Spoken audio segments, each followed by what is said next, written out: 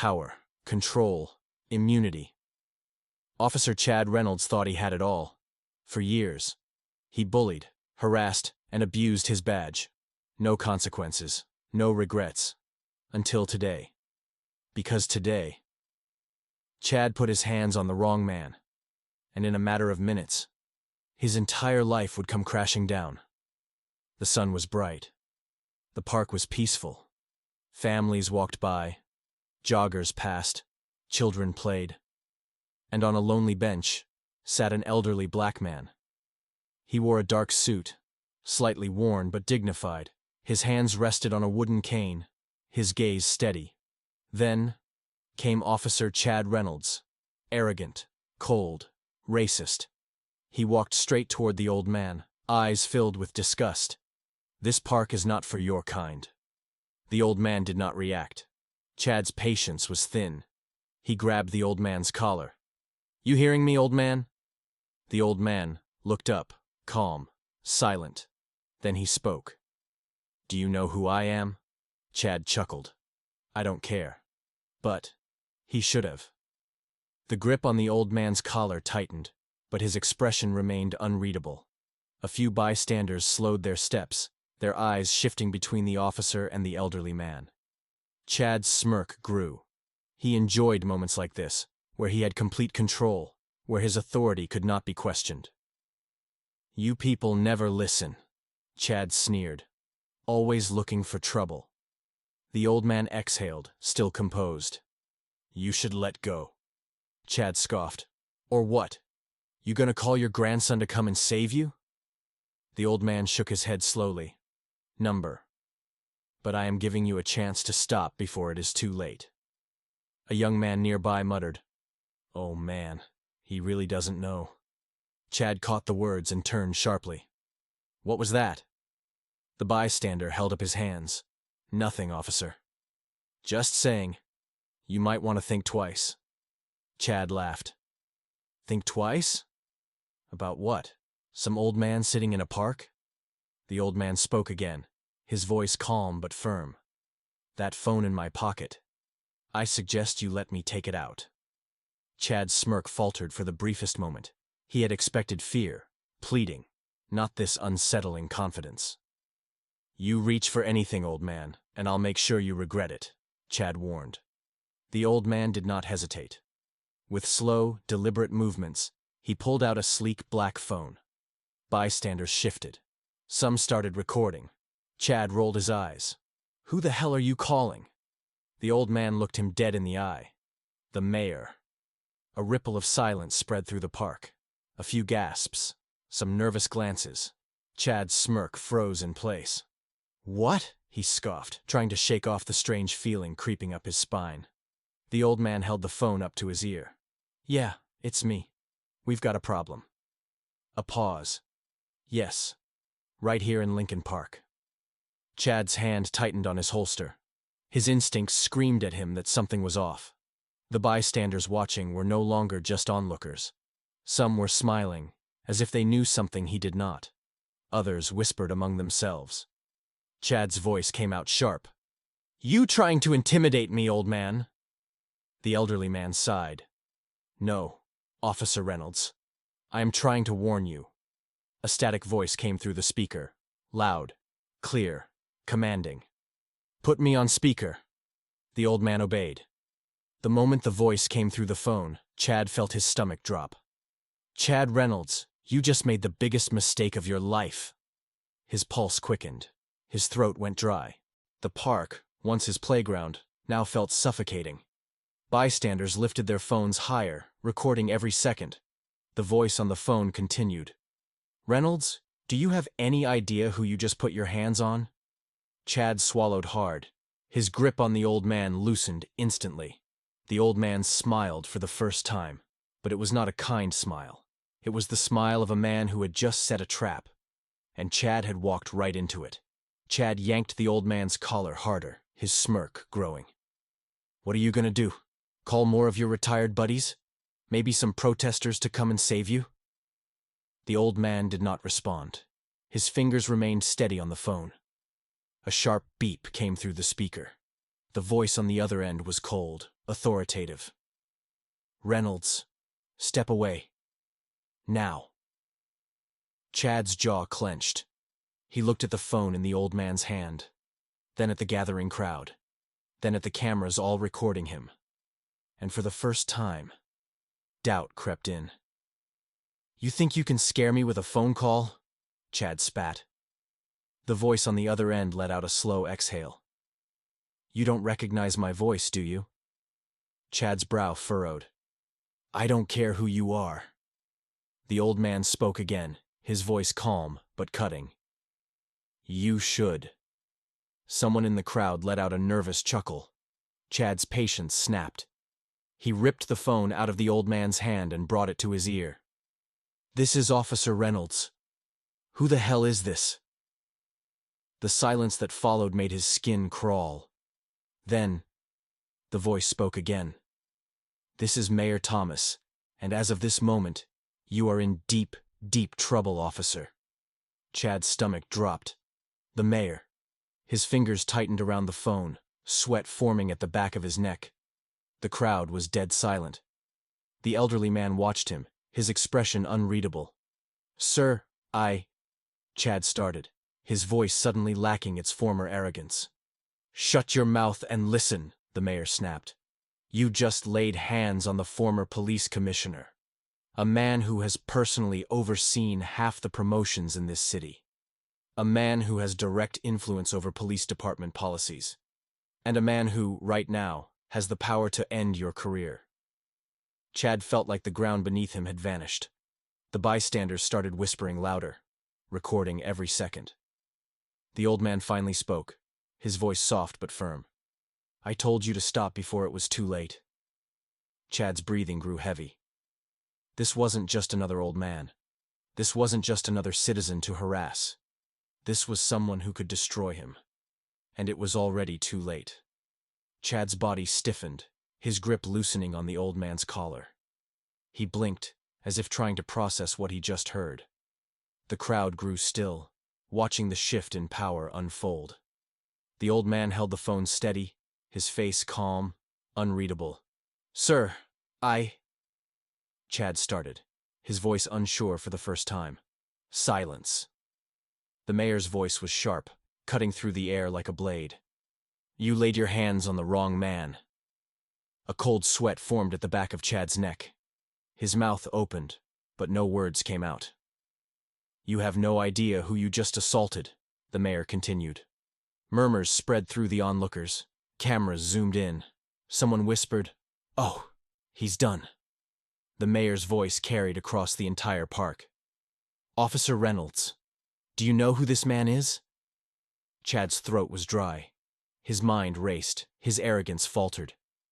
No, sir."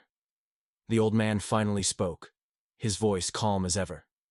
"My name is Benjamin Carter." Chad's stomach sank. Benjamin Carter, former police commissioner, advisor to the mayor's office, a man with more power than Chad could ever imagine. The mayor's voice was a low growl now. "You assaulted one of the most respected men in this city." Chad took a shaky breath. People in the crowd gasped. Benjamin Carter was a legend, and Chad had just manhandled him like a nobody. The mayor's voice grew colder. "Chief Williams is on his way. Stay right where you are." Chad's hands shook. The weight of what he had done crashed down on him. This was not another stop he could explain away. This was not a case he could bury. This was not a mistake he could walk away from. Because Benjamin Carter was not just any man. And Chad Reynolds' career? It was already over. Chad's entire body went stiff.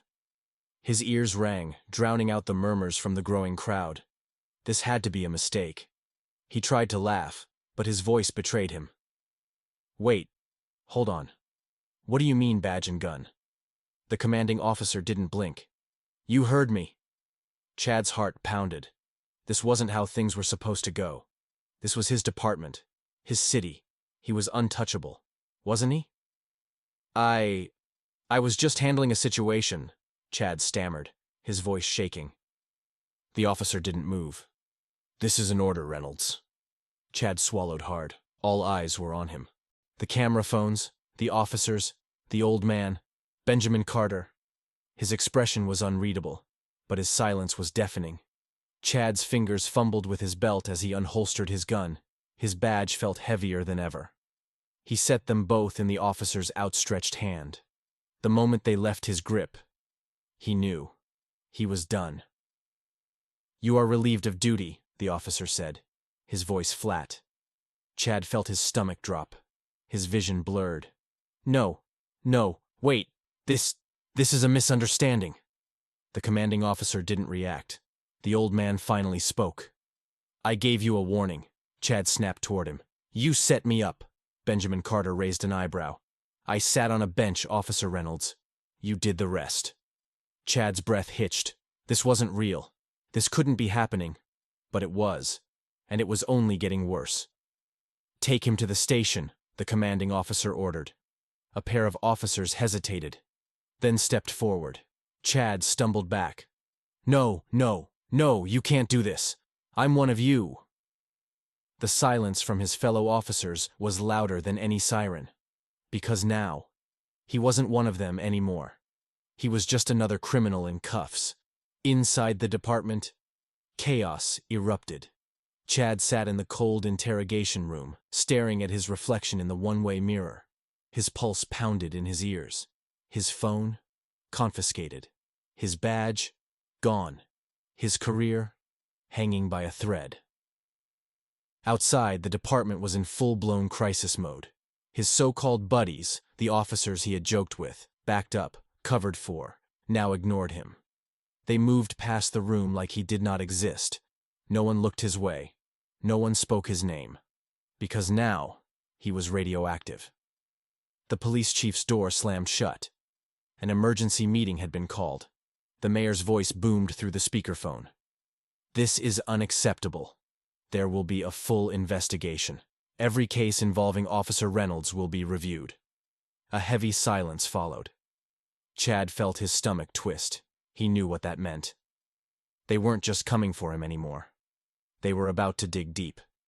Every false arrest, every abuse of power, every case he had buried. And he wasn't the only one guilty. Down the hallway, nervous whispers filled the air. If they got Chad, who's next?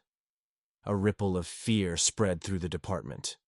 Because everyone knew, if one thread unraveled, the whole system would collapse. And now, the thread had been pulled. The officers who had laughed with Chad were now distancing themselves. The higher-ups who had protected him were throwing him under the bus. Self-preservation kicked in. "I had nothing to do with this." He acted alone. "I never worked with Reynolds like that." Lies, excuses, desperation. Chad could hear it all from inside the room, and that's when it hit him. He was done. Not just fired, not just disgraced. They were going to make an example out of him, and there was nothing he could do to stop it. The footage spread like wildfire. Social media tore into Chad Reynolds like a pack of wolves. Racist cop harasses elderly black man, instantly regrets it. Thousands shared the video. Millions watched, and no one was on Chad's side. How many more has he done this to? Fire him. Arrest him. Make an example out of him. This isn't just about Chad. This is about a whole system that protects guys like him. By morning, news stations played it non-stop. Every major channel ran the headline. "Disgraced officer suspended after assaulting former police commissioner." The city turned against Chad overnight. Protesters gathered outside the precinct. They carried signs. "Justice for Benjamin Carter. No more corrupt cops. Hold them all accountable." The chants shook the streets. The mayor was forced to respond. A press conference was called. "Officer Reynolds is currently under investigation. We take this matter very seriously." But the public was not satisfied. They wanted more than an investigation. They wanted justice. They wanted arrests. Inside his apartment, Chad locked the doors, closed the blinds. His phone rang non-stop. His family, his lawyer, his so-called friends, everyone telling him the same thing. Stay low. Do not talk to the media. But there was no hiding from this. Because now, the entire world was watching. The department was crumbling under pressure. Reporters camped outside the precinct. Cameras flashed in officers' faces. Was Officer Reynolds protected before? How many complaints were ignored? Will others be held accountable? Inside, officers whispered nervously. If they got Chad, who's next? Because they knew. He wasn't the only one. Investigators were digging. Cases were being reopened. And the city wanted blood. The police chief held an emergency meeting. But it was too late. The mayor made the final call. And Chad's fate was sealed. The next morning, a warrant was issued. And for the first time in his life, Chad was the one being hunted. Chad's heartbeat pounded in his ears. The flashing red and blue lights outside his home painted the walls in an eerie glow. His world, once untouchable, once controlled by his badge and authority, was now collapsing around him. He took a shaky breath and cracked open the door. Sweat beaded on his forehead. His pulse raced. A group of officers stood outside. But not his officers, not his friends, not anymore. At the front of the group stood Captain Harris, a man Chad had once admired, a man who had now come to take him away. Listen, there's been a mistake, Chad stammered, forcing a weak laugh. Harris's expression didn't change. Reynolds, you're under arrest for misconduct and abuse of power. Chad's stomach sank. No, wait. You don't understand. The officer stepped forward. Handcuffs clicked. The same ones Chad had slapped onto so many others. The cold metal bit into his wrists. His breath hitched. This was real. He wasn't the one giving orders anymore. He wasn't the one in control. The door swung open behind him, and suddenly, flash, flash, flash. Cameras exploded in his face. Reporters screamed questions. Officer Reynolds, do you feel any remorse? Reynolds, what do you have to say to Benjamin Carter? How does it feel to be on the other side of the law? Chad couldn't speak. He had no words. Because for the first time in his life, he had no power. The officers led him down the steps. Neighbors stood outside watching, whispering, some even smiling. The same community he had once looked down on, now looked down on him. He felt the stares. He heard the murmurs. He tried to keep his head up, but shame weighed him down. The police cruiser door swung open. Chad hesitated. For years, he had been the one throwing people in the back of that car. Now, it was his turn. A firm shove pushed him inside. The door slammed shut. And just like that, the badge, the gun, the power, all gone. Chad sat at the defendant's table, his hands clenched into fists. The room was suffocating. Not from the heat, but from the weight of his own actions. The once feared Officer Reynolds, now just another man on trial. Across from him, the jury watched with cold, judging eyes. The judge, stern, unforgiving. And behind them, the packed courtroom, former victims, reporters, civilians, all waiting for justice. One man stood. He pointed directly at Chad. He threw me in jail for no reason. His voice cracked with emotion. Another woman stepped forward. Her voice shook. He used excessive force on me, just like he did on Benjamin Carter. Every word was a nail in Chad's coffin. Every testimony, a reminder of the destruction he had caused. And the worst part? No one stood with him. His fellow officers, silent. The men who once laughed with him, backed him up. Not one of them dared to defend him. Because now, he was nothing. The judge cleared his throat. Silence fell over the courtroom. Chad swallowed hard. The air felt thick, heavy. The judge adjusted his glasses, looking down at the sentencing papers. Then he spoke. Former Officer Reynolds, you have spent years abusing your authority. You have harassed, assaulted, and destroyed lives under the protection of your badge. Today, that protection ends. Chad gripped the table. His heartbeat thundered in his chest. His lawyer whispered, "Stay calm." But Chad couldn't. He already knew what was coming. The judge lifted his gavel. I hereby sentence you to 10 years in federal prison. The gavel struck. A final merciless blow. Gasps, murmurs, cheers. Chad's head spun. 10 years, a decade. His hands shook violently. The courtroom blurred. His future was gone. As officers approached to escort him away, he looked around, desperate for someone, anyone, to save him. No one did. Benjamin Carter met his eyes from across the room. No words, no anger, just quiet satisfaction, because justice had finally been served. The city erupted in celebration. Crowds flooded the streets, chanting, cheering, demanding more than just one man's downfall. Justice for all. No more corrupt cops. The energy was electric, the movement unstoppable. Benjamin Carter, the man who had once been humiliated on a park bench, was now a national figure. A hero. A symbol of resilience and justice. News anchors replayed the footage again and again. They spoke about police corruption, abuse of power, and the need for reform. For the first time in a long time, it felt like something was actually changing. The mayor stood before the press, a line of city officials behind him. Cameras flashed, reporters leaned forward, waiting. Then, the announcement. This is bigger than one case. This is about an entire system that has failed its people. Effective immediately, we are launching a full-scale police reform initiative. The room exploded in applause. Investigations were reopened. More corrupt officers were exposed. Some resigned. Others were fired. Officers who had once felt untouchable were now under scrutiny. And then, the biggest moment of all. The police chief himself stepped down in disgrace. He had covered for Chad. He had ignored complaints. And now, he was paying the price. The department was shaken to its core. For years they had silenced victims. Now their voices were louder than ever. Through it all, one man stood at the center of it. Benjamin Carter, the elderly man who had once been harassed in public, now stood before the cameras, respected, honored, and celebrated. A reporter pushed forward, microphone in hand. "Sir, what do you have to say to the people?" Benjamin Carter smiled, the same calm, knowing smile he had given Chad the day this all began.